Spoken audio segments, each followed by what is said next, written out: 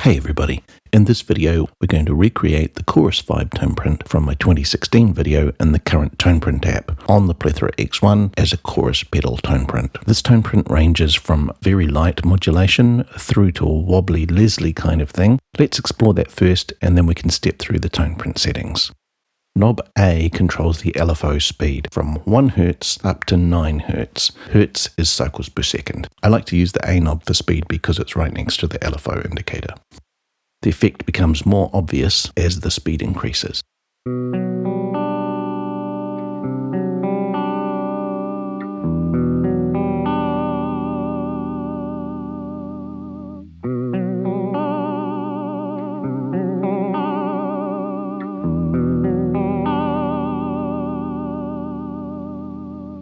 I probably wouldn't use it past about 3 o'clock, but it's there if you need it.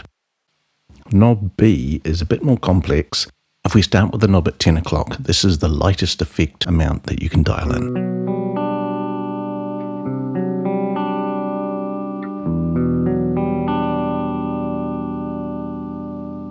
With speed all the way down, it's pretty subtle, but you can hear when the pedal is off.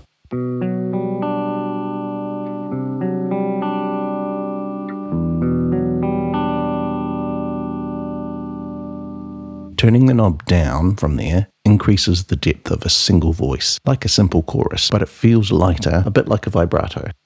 Altering the speed gives you a good range for this sound.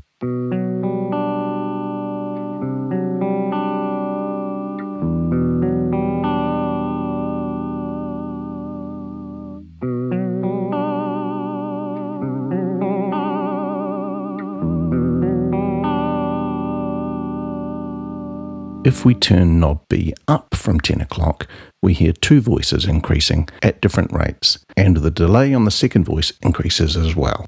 So it becomes a richer sound with more modulation and pitch spread until it's all the way up.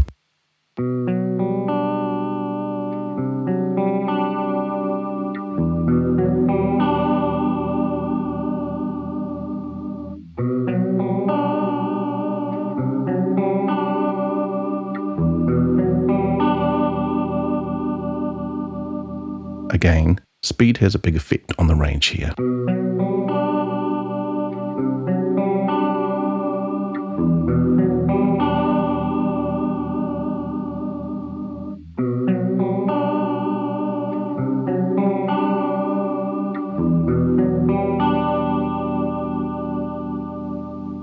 I purposely set the lightest point at 10 o'clock so that with both knobs at 12 o'clock, it sounds like a fairly decent chorus. As a rule, I don't recommend having both the A and B knob above halfway at the same time. Either one past halfway is fine, but not both. The exception to this rule is with both at around 2 o'clock, you get a half-decent Leslie or rotary effect.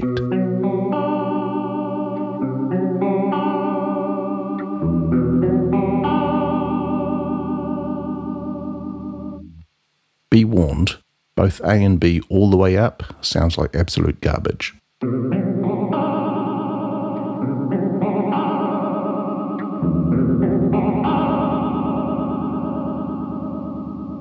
The function for knob C is new for this version of the tone print. It used to be a tone knob, but in this version it's the modulation mix. So you can roll that wobbliness way down to where it's hard to tell exactly what you're hearing, but you know that it's a little bit sweeter. I think it's a little bit of a magic trick and it makes this tone print significantly more usable. Let's hear some sounds with the mod mix changed.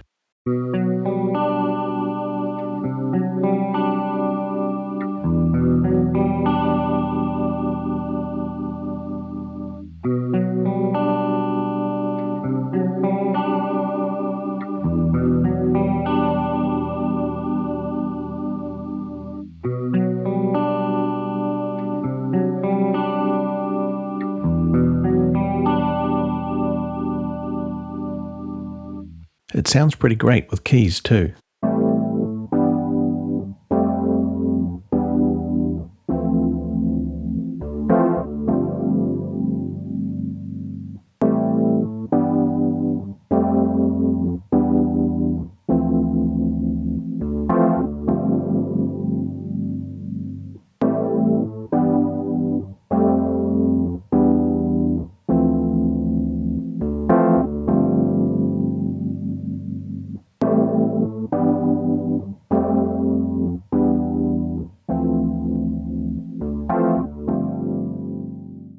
So let's look at how to create this tone print.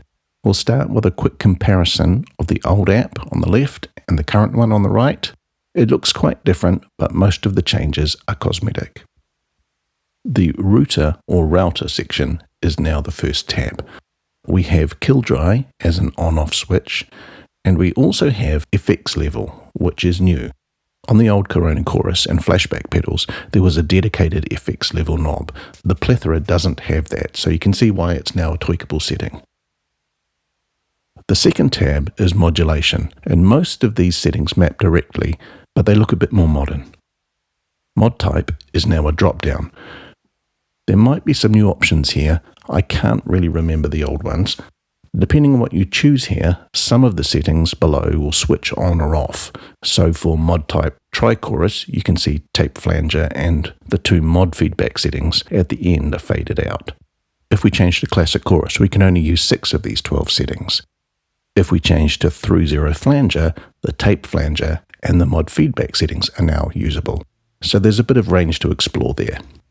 For this tone print, we'll be using tri-chorus. The tape flanger name doesn't appear on the old tone print, but I'm pretty sure it maps to the through zero flanger because the position in the list and the parameter value type matches, and it's only enabled when the TZ flanger mod type is selected. After the tape flanger setting is the LFO type, and this is new. The options are sine, sine 2, sine 4, triangle, and sine of cosine. We'll be using sine. The rest of these modulation settings map directly to the old settings. There's a few slight name tweaks here, but it's pretty obvious.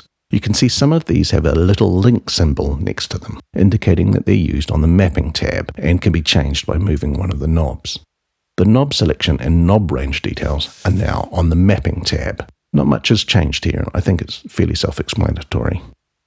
We also have a mash tab.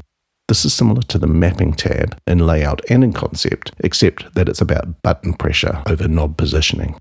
And then the last tab is product settings, which I understand are global switches for the pedal. I have not touched any of these settings yet. Okay, now that we've gone over that, let's make the tone print. Make sure your plethora is connected to the TonePrint app. Switch to the bank with chorus or where you want it to be, and the app will follow what the pedal setting is and display it in the main section. We want to select templates in the bottom menu here, and then plethora X1, Corona Chorus, and then tri-chorus. In the top right hand corner, click on the pencil icon to edit.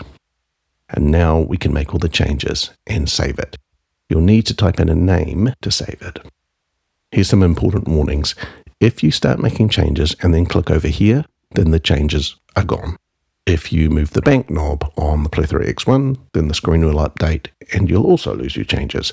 So save as soon as you feel like you should. Once it's saved, your tone print will be listed in the user section, so you can load it onto your pedal from there or make more edits. You can click this little bit here to rename, copy or delete a user tone print. On mobile, you have to swipe it left to rename, copy or delete. Okay, so let's start from scratch. Templates, plethora, chorus, tri-chorus, and into edit mode. Let's start with the router tab. On there, we want to have the kill dry set to on and the FX level all the way up to 0 decibels. Moving to the modulation tab, we want tri-chorus as our type. We want the mod active on. We can ignore tape flanger. We'll keep the LFO type as sine. The speed, depth, and depth 2 settings we can all ignore because we'll be using those with knob controls. Depth 3 should be set to 0. The high cut can stay at the maximum amount. The mod mix can be at 100%. This is going to be changeable as well, so we can ignore that if it's not that. The output level should be 0 decibels. The delay time 1 can go all the way down. Delay time 2, we are going to change, but we can put that all the way down as well. Delay time 3 should be all the way down, and that's everything on this page. If you are not using your application in a desktop layout like this, it's docked the mod mapping over here. Otherwise, switch to your mod tab up there if you've got it there. For the A knob, click on the knob here to set that. We're going to wipe out everything apart from the top one, so put that to no selection. You can see that's changing some of the linking things over here. I'm going to change the top one to modulation speed, which is here. So our settings for modulation speed are 1 Hertz. So I'm going to put it in here because this is the easy way to do it, is typing it in. You just double click on there. And then the next one is 1.8 Hertz. You can do this on the mobile version as well. The next one is 3.0 Hertz, 3.0 I should say, 5.15. If you're dragging these rather than typing them in, don't worry if you're off by just a couple of points. It's not an exact thing. And the last one is going to be 9 Hertz. Right, that's that one set. Okay, now we can move to the B knob. And for this one, we want modulation depth 1, modulation depth 2, and modulation delay time 2. Okay, so let's click on that yellow button there, and now we're doing modulation depth 1. The first one for that is 2.5%. These ones are really fiddly to dial in like this. So I do recommend typing these ones in. 2.5%, and then 1%. It goes down first because it's going, this is the single voice that we hear. And then it goes back up to 2.5%. And then over to 3.5%. And then finally 6.1 is what I've got here. Okay, that looks good. Now we're going to move on to the red one. So we just click here to change. We've got a new lot of settings. We're going to start at 0. And then the next one is 0, so we can just drag that all the way down. Make sure they're both at 0. And the next one should be 1%. And then the one after that is 3.4. And then the last one is 6.2. There we go.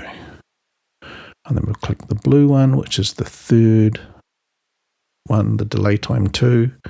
For this, we have 0.1, 0.1 again, so we can drag that all the way down. It doesn't get down to 0. The lowest you can go is 0.1. And then the next one, we want 1.6, so we'll type that in. And then we want 3.2. And the last one is also 3.2. There we go. Right, knob C. This one's pretty easy. This one's only 1 as well. And we're just going to change the top one here to the modulation mix here, modulation mod mix. And for this, it's nearly already set up for us with the default. We just want to change that first one from 0 to 12%. And it's done. And now we have the mash tab over here. I don't use mash a lot, so I kind of just left it how it was. If you want to dream up something wonderful here, then get creative and do whatever you think.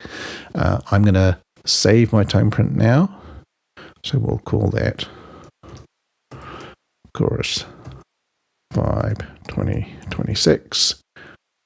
We'll call that 2 because it's the second one I've done. We save it like that, and it's done. And then if I look over here in my user account or user TonePrints, you can see I've got 2 versions there now. And that's it. That's how you do it. Hopefully that was helpful for you. If you like what I'm doing, please like or subscribe. Leave a comment if you have a question, and we'll hopefully have answers for you. Thanks for watching.